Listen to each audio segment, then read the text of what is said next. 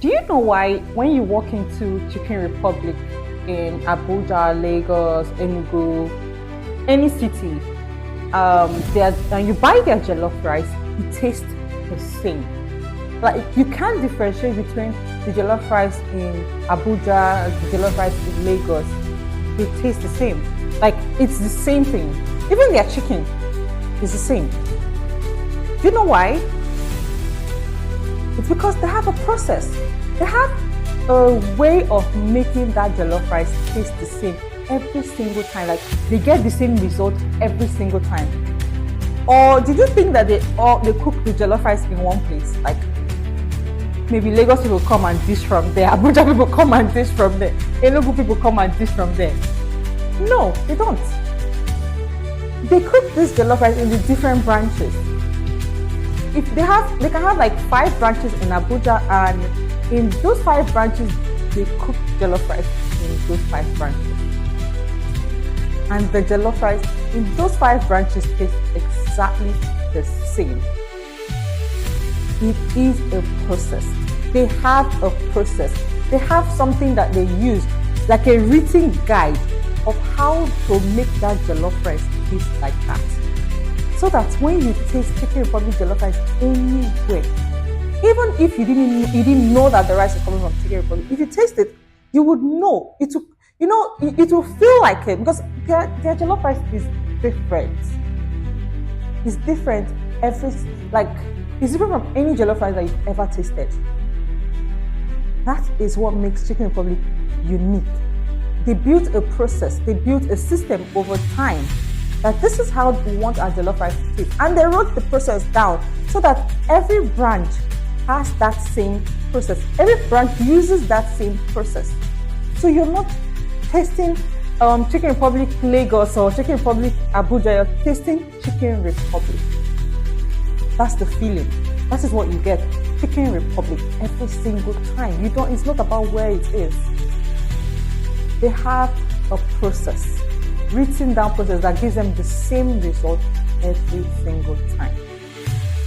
So this is what we're going to be talking about in today's video. Process. How do we get the same result every single time? If you want to know how you can achieve that for your business, then you need to keep watching this video.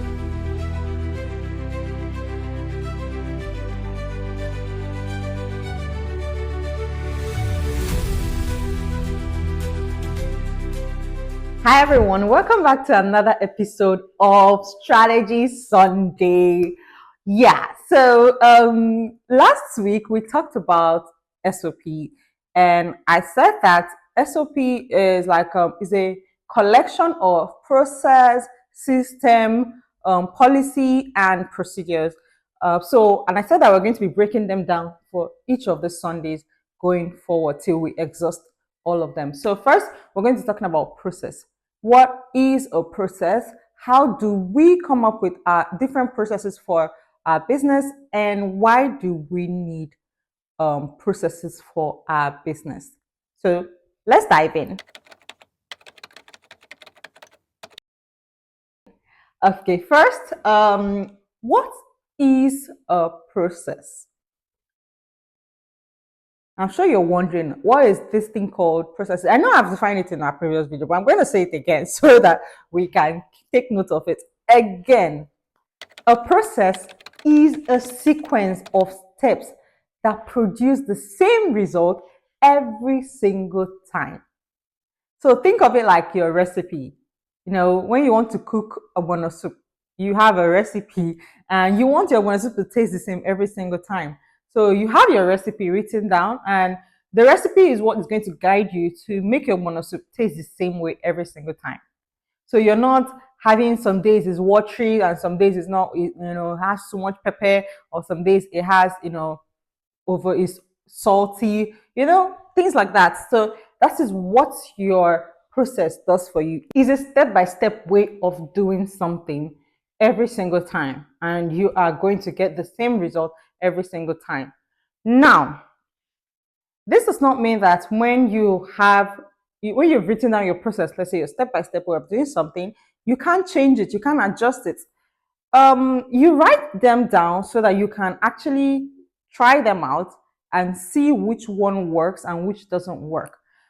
Sometimes, let's say you have a process of doing something in your head. Okay, this is how I'm going to do it. This is how I'm going to, this is step by step of how I'm going to do it. And you actually do it. In reality, it doesn't work like that. Then you go back to your drawing board, you adjust it and tweak it till you get it to, be better. So you keep tweaking your processes till you get it to be better. So you can achieve the same result, just like Chicken Republic achieves the same taste of jollof rice in every of their branches. So they can get the same result. Okay, so how do you get the same result every single time? How do you come up with a process that gets the same result every single time? We're going to go on to that. So number one is have an end result in mind. Like write down what you hope this process would achieve. What is the result that you want? What's the goal of this? Like when I'm done with the process, what do I expect to get? So now let me give an instance. When your clothes are dirty and you want to wash your clothes, or you want the end result that you want is clean clothes, right? So when you follow the process of doing your laundry, you are trying to get clean clothes. So you have already written down, this is my end result. I want clean clothes. So the whole process that you take, from packing the clothes, putting them in the washing machine, sun drying, and all of that, the whole goal is to have clean clothes. So now the goal is what even gingers you to actually do it, right? Because you are like, I don't have clean clothes anymore and I need clean clothes. So now let me follow this process so that I can get clean clothes. So the end result is what actually motivates you most times to, go through the process. You have the end result in mind. You need an end result. Without that, you would not, follow that sequence to actually achieve, to get to that point. So you not follow the process.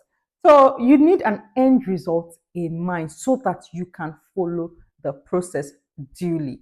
If without an end result, most times we're not motivated.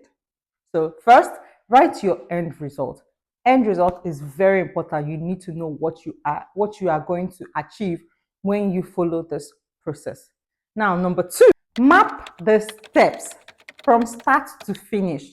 Again, let me use the laundry. You want your end result to be clean clothes, right? Now you map your steps. I'm going to pack the clothes. I'm going to put them in the washing machine. I'm going to do this. I'm going to do that. I'm going to sun dry. I'm going to even bleach some, this, that. That's the process to get clean clothes. You're even going to have to select the ones that are white, separate them.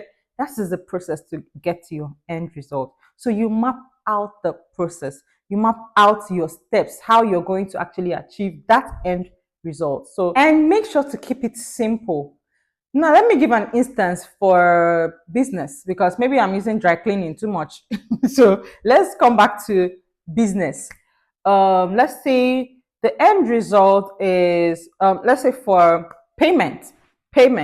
So you're taking payment. That's the end result. You want the end result is for this customer to make payment, or for you to collect payment through this process. So with this process, I will be able to collect payment from this customer. So that's my end result, to make sure that I get that money from this customer. That's my ginger, right? So I want to get money. I want to make sure that this customer pays. That's my end result. So now you map out the steps that you're going to take. First, send the customer an invoice, or then check in on the customer, do this. Probably maybe you have, after you send the invoice, or you have given the customer a quotation, you send an invoice, then you check in on the customer to for the invoice to be paid, or for to make sure, confirm that the customer got the invoice. Then you wait and receive payment, send receipt. That's your process. That's a mapped out process. You don't have to make it so big English. You don't need big English. You just need to make it simple for anybody to understand, even you. Because sometimes we speak all this plenty grammar and we ourselves we don't understand it. So you need to make it easy for you to understand, for the next person to understand, for any other person to take, to come in and understand it. So please be simple as possible. Now to number 3, keep ownership clear. Ownership meaning that who is responsible for it? Who owns this? Who is going to do this? Um, Laundry, for instance. You're the one doing the laundry, right? Or someone else that didn't know who is doing it. Even like when you have gotten your results, you've mapped out your steps, who is going to do it? Is it me? Is it someone else? Is it this? Is it that? You need to make it clear who is responsible for that, because you cannot write process and there's nobody that is assigned to who is going to accomplish it. Your result is still going to be waiting for you without anybody to accomplish it. So you need to state clearly who owns this process or who is going to achieve this process. Now, to number 4, use the right tools. Use the right tools. You need to make sure that how you're going to do it is clear. You need to know how you're going to do it. How are you going to achieve it? Has to be clear enough. It has to be stated. So using the right tool. I am going to do laundry. I'm going to use the washing machine and I'm going to use the rope. I'm going to use this. Use the right tools. State it out clearly. Do not complicate it. Now, the 5th one. Make it easy to follow. I've already said this. Make it simple. Make it easy to follow that a new person can actually follow it without, asking you so many questions. If someone cannot follow your process without asking you so many questions, you have not accomplished the goal of that process. Writing that process, you haven't accomplished it. That process doesn't work. So it needs to be clear enough for someone to be able to follow it, a new staff to be able to follow it without asking you 1,000,001 questions. Now, to number 6, document and test it. You cannot do all of this without documenting it. Then you test it out. It's only a process that has been tested out that can be said to be a process, that can be said to be that can be said to be usable. If you have not documented or tested the process, it's not a process yet. So document, write it down, everything from the result that you want to achieve to mapping out the steps to write everything down, every single thing. Then you try it out. So this is where it comes in. When you try it out, there are some things that are not realistic. You adjust, you make changes here and there till it becomes good. It becomes something that gives you the same result every single time. So please do not have your process in your head. All of this that I just said, don't just keep it in your head. Write it out. Let somebody see it. Let other people be able to use it apart from you, because anything that is in your head now only use a free user. So please write it out so that ogbono soup that you want to cook, you can give it to somebody else and the person can cook it the same way. It will taste the same way. That is why Chicken Republic has the same rice, the same jollof rice everywhere. That is why you go to KFC and you want that burger, because you know that their burger in Lagos and their burger in Abuja tastes the same. So please write them down. If they did not write it down, if Chicken Republic and KFC and all those other places didn't write their process down, you'll not be getting the same taste of jollof rice or burger. You'll be getting different things. So please write it down, test it out, and adjust it if need be. So the next thing we're going to do, why do you need processes in your business? I'm sure you're wondering, I don't need it. I don't need it. You need it. And here is why you need it. Here is why you need it. Number 1, for accountability. I keep talking about accountability in most of my videos. Like, if you don't write all these things down, you can't hold anybody accountable. If Chicken Republic did not write their process down and the jollof rice tastes like sawdust one day, who are they going to hold accountable? What are they going to say? They didn't write it down, so I can make the jollof rice taste anyhow any day. So anybody can come in and just do their own jollof rice, right? So you would be complaining, oh, Chicken Republic jollof rice doesn't taste nice today. Oh, tomorrow it tastes like this, and they can't hold anybody accountable. So please, it is important for accountability. Now, it's also very important, number two, for efficiency.